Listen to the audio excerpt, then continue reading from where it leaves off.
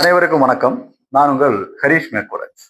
நண்பர்களே, நான் இன்று நிற்பது கன்னியாகுமரி மாவட்டம் மார்த்தாண்டம் அருகே சிதகால் மலைக்கோவில் பக்கத்திலே உள்ள ஒரு வீட்டிலே. பக்கத்தில் நிற்பவர் ராஜன், தங்கலீலா. இவர்களுக்கு ஒரு குழந்தை அனிஷா 12ஆம் வகுப்பு படித்துக் கொண்டிருக்கிறார். அந்த குழந்தை சின்ன வயதிலிருந்தே குழந்தைக்கு சில நோய் அடையாளங்கள் இருந்திருக்கின்றன, தெரியாமல் இருந்திருக்கின்றது.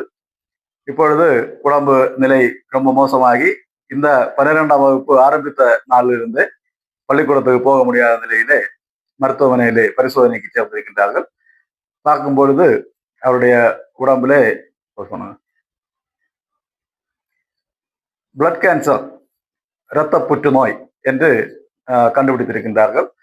அந்த குழந்தை சரியான ஆரோக்கியம் திரும்ப கிடைக்க வேண்டும் என்று சொன்னால் அதற்கு போன் மேரோ டிரான்ஸ்பிளான்டேஷன் என்கின்ற அந்த சிகிச்சை செய்ய வேண்டும்.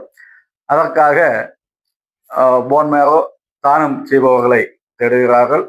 மட்டுமல்ல, Thiruvananthapuram RCC regional cancer centre என்கின்ற அந்த மருத்துவமனை, அதிலே இந்த சிகிச்சைக்கு மிக பெரிய ஒரு தொகை செலவாகும் என்பது மருத்துவர்களுடைய கணிப்பாக இருக்கின்றது.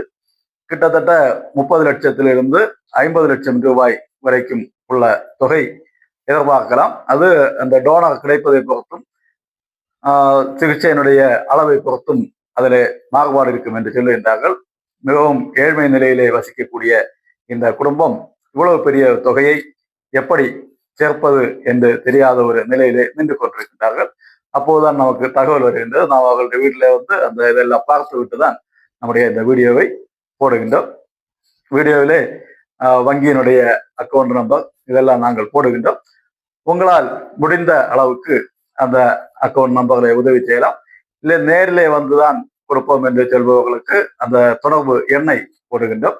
தொடர்பு எண்ணில் தொடர்பு கொண்டு விட்டு வரலாம்.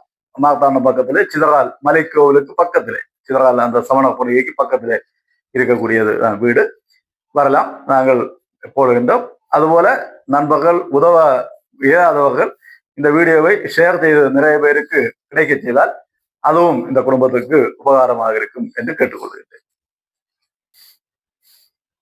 இது அந்த குழந்தையினுடைய மருத்துவ சான்றிதழ், நீங்கள் பார்த்து கொள்ளலாம். இது அந்த குழந்தையினுடைய தாயாருடைய வங்கி கணக்கு புத்தகம். வங்கி கணக்கு எண் இங்கே இருக்கின்றது. IFSC கோட் இருக்கின்றது, பார்த்து உதவுங்கள்.